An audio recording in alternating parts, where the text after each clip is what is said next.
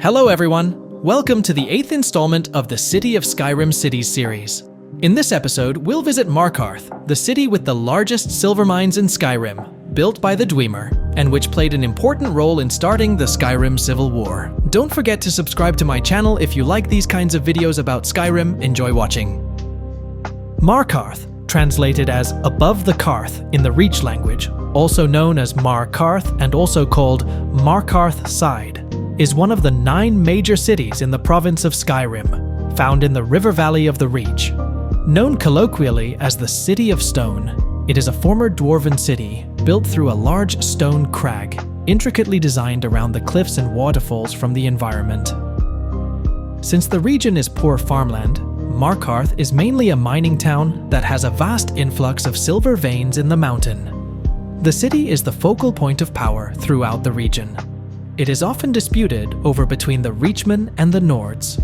Markarth was founded on the abandoned remains of the Radiant City, Nchuanzel. Markarth is known for its rich silver mines that use convict labor, which are mostly owned by the influential Silverbloods family. The cutthroat intrigue surrounding Markarth's silver-producing industry popularized the local saying, "Blood and silver are what flows through Markarth." The city is located in the far west of Skyrim, in the mountains of the Reach, west of the Karth River.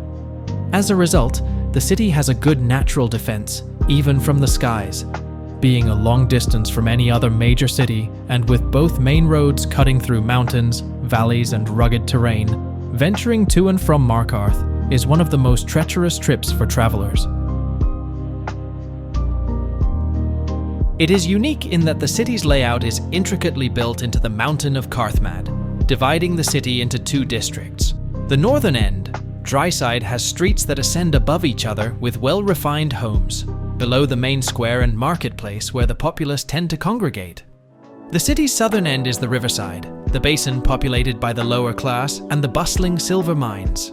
These districts meet each other at either end of the city, at the main gates on the east side, while on the west side, they ascend high towards the top of the crag and at Understone Keep, which contains the Mournful Throne, the seat of power in the Reach.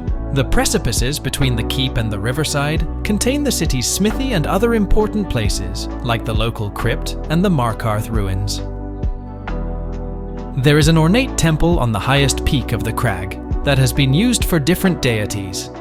It has been known as Shrine of the Hunt Father and used by the cult of Hircine during the Reach's independence in the Second Era, whereas, under the Third Empire, it contained the local chapter of the House of Dibella. Underneath the crag are the slums of Markarth, known as the Warrens, which is a collapsed hallway with campfires bearing minimal light. During Reachfolk rule of the city, Warrens were not in ruin and known as the Underhall and functioned as hub of commerce and craftsmanship. Markarth Side is neighbored by several settlements, including Dragonbridge to the north and Snowhawk to the south. Markarth's earliest history dates back to the early First Era, when it was known as Nchuanzel, a prosperous Dwemer stronghold that was built into the mountain Karthmad. It was well known for its formidable defenses and great storage halls.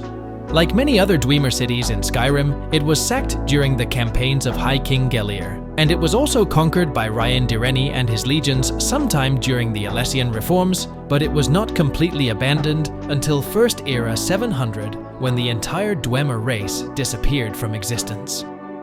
A few years after their disappearance, the local tribes of Reachmen took refuge in the confines of the stronghold during times of seasonal hardship. By First Era 930, the community developed into a fully fledged settlement that was active all year round. They called it Markarth, and the strongest chieftain that lived in the town was known as the Ard, known in the Reach tongue as the King of the Fort. At that point, Markarth was an occupied ruin with huts made out of animal hide and decorated with rough furs. One of the goods exported by Markarth early on was granite mined from its quarries. Evermore Palace in the high rock city of Evermore, which was founded by the River Horse Bretons in First Era 983, was built out of Markarth granite. Markarth had their first encounters with the empires of Cyrodiil when Empress Hestra attempted to conquer the Reach in First Era 1033. Their first target was Markarth, the largest settlement in the region, and so they advanced forward with the iron might of the Alessian Empire. The Ard of Markarth fiercely defended the stronghold, but the Empire's well-trained tacticians proved to overcome the disorderly and unorganized Reach clans. The city had fallen to the Empire, and some of the Ard's greatest warriors chose death than to admit defeat. During the year-long campaign, Imperial Markarth was sacked relentlessly by the rebellious Reach folk of the Red Eagle, Falan, but his forces were never able to reclaim the city, and it was because of that Markarth was able to flourish as a city for the rest of the Empire's lifespan. The Empire had fallen in First Era 2331 after the War of Righteousness had ended, and by that point, Markarth's storerooms were converted into grand halls, homes, and workshops, and the city has taken on the appearance it is known for today. However, no one was ever able to improve on the ancient Dwemerai architecture. By the time of the Second Empire, Markarth had been under the control of the Nords of Skyrim. They were faced with aggression from Emperor Kastaf in First Era 2801, who ordered the Dragon Guard to seize hostages from Markarth and Hroldan so that their jarls would meet their conscription quotas. Situations like this had hurt the public perception of the Dragon Guard and the Empire, however. It was mended with Second Raymon's reign. In Fourth Era 174, Markarth and the Reach as a whole were subjected to what is known today as the Forsworn Uprising. While the Empire was beset by the Third Aldmeri Dominion in the Great War, the native people of the Reach, called the Reachmen, took this opportunity to seize control of the city.